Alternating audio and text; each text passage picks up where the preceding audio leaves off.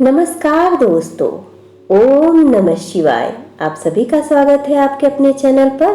दोस्तों, आज के वीडियो में हम ज्येष्ठ माह का महत्व और इसकी महिमा के बारे में विस्तार से जानेंगे। तो हमारे साथ बोलिए ओम गणपतये नमः। हिंदू पंचांग के अनुसार ज्येष्ठ माह हिंदू वर्ष का तीसरा माह है। हिंदू माह में हर माह की एक विशेषता रही है। सभी की कोई न कोई खासियत होती ही है। जीवन में आने वाले उतार चढ़ाव में ये सभी माह कोई न कोई महत्वपूर्ण भूमिका का निर्वाह करते हैं। मौसम में होने वाले जबरदस्त बदलाव को भी इस सभी 12 माह के दौरान देखा जा सकता है। ज्येष्ठ माह को सबसे गर्म माह की श्रेणी में रखा जाता है। इसे सामान्य बोलचाल की भाषा में ज्येष्ठ का महीना भी कहा जाता है, क्योंकि ये सबसे गर्म महीना होता है। इसलिए माह में सबसे अधिक ऐसी वस्तुओं के दान की बात कही जाती है जो ठंडक और छाया देने वाली होती है, जैसे कि छाता, पंखा, पानी इत्यादि वस्तुओं का दान देने की जरूरत होती है। ज्येष्ठ माह में विशेष रूप से गंगा नदी में स्नान और पूजन करने का विधि विधान है। इस माह में आने वाले पर्वों में गंगा दशहरा और इस माह में आने वाली ज्येष्ठ शुक्ल एकादशी और निर्जला एकादशी प्रमुख पर्व है। गंगा नदी का एक अन्य नाम ज्येष्ठा भी है। गंगा को गुणों के आधार पर सभी नदियों में सबसे उच्च स्थान दिया गया है। अब हम ज्येष्ठ माह के आने वाले व्रत और त्योहार के बारे में जानते हैं। ज्येष्ठ माह के त्योहार में गंगा दशहरा, निर्जला एकादशी, वट सावित्री, ज्येष्ठ पूर्णिमा, योगिनी एकादशी जैसे त्योहार मनाए जाते हैं। इस त्योहार का महत्व ही हमारे जीवन में एक नई चेतना और विकास देने वाला होता है। इस माह के दौरान तीर्थ स्थलों पर जाकर नदियों में स्नान करने और लोगों को ठंडा पानी इत्यादि बांटा जाता है। जगह जगह पे लोग को पानी पिलाने के लिए मटके इत्यादि की व्यवस्था की जाती है। इस माह के दौरान मौसम का प्रकोप इतना अधिक प्रचंड रहता है कि मनुष्य तो क्या, जीव जंतु भी इस समय में गर्मी की अधिकता से व्याकुल हो जाते हैं। ऐसे में इस तपन को शांत करने के लिए ही पशु पक्षियों के लिए पानी इत्यादि की व्यवस्था की जाती है। लोग मीठा पानी इत्यादि चीजों को भी सभी में बांटते हैं।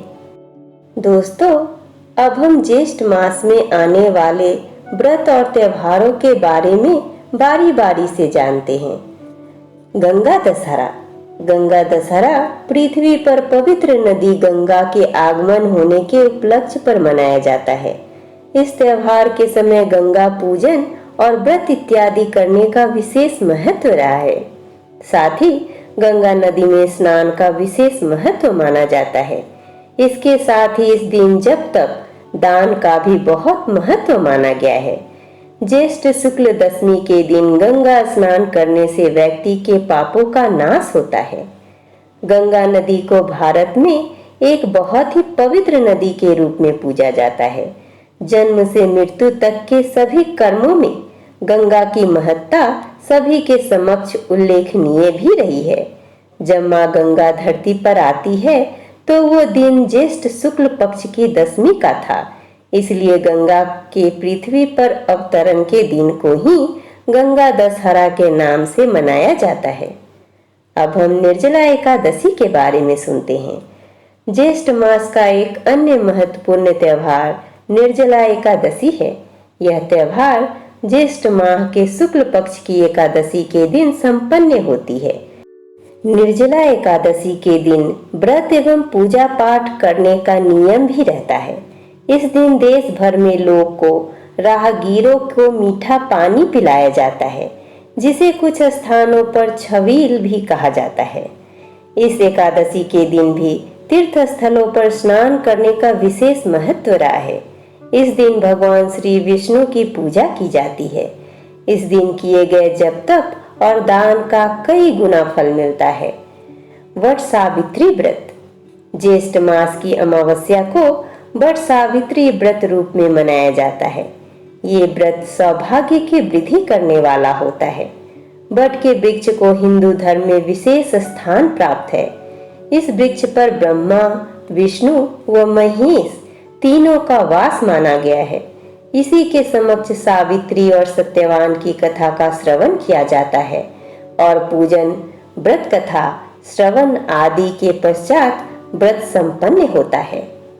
अब हम ज्येष्ठ पूर्णिमा की बात करते हैं। ज्येष्ठ माह के पूर्णिमा के दिन भगवान विष्णु का पूजन किया जाता है।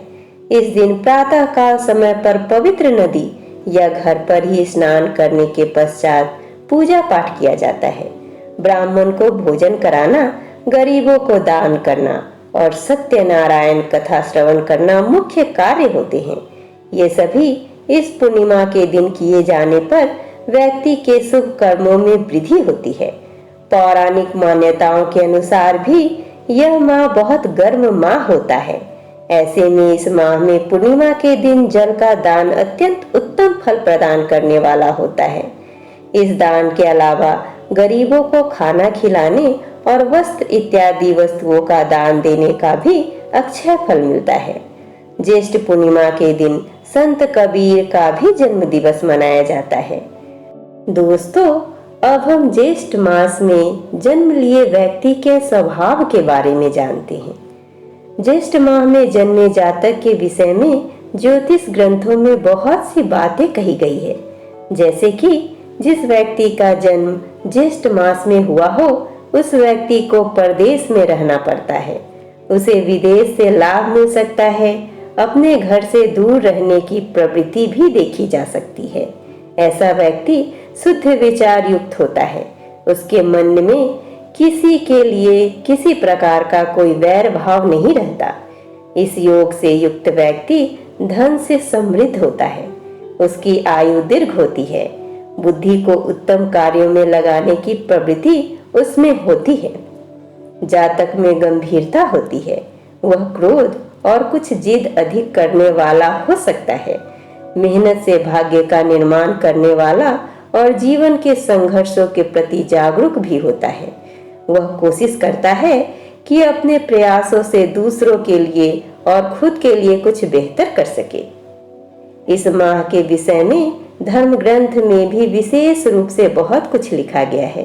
भारतीय सभ्यता के हर चीज के पीछे कोई न कोई महत्वपूर्ण बात छिपी हुई है और जो भी नियम या जो कुछ भी बताया गया है, उसके पीछे एक मजबूत तर्क का आधार भी मौजूद रहता है। ऐसे में इस माह में गर्मी अपने चरम पर होती है और इस कारण पानी के महत्व को इस माह से जोड़ा गया है। इसी समय पर प्यासे को पानी पिलाने की और सेवा भाव की भावना पर बल दिया गया है। इस माह में हम जिसे भी पानी पिलाते हैं, हमें उसका पुण्य मिलता है और भगवान हम पर प्रसन्न होते हैं।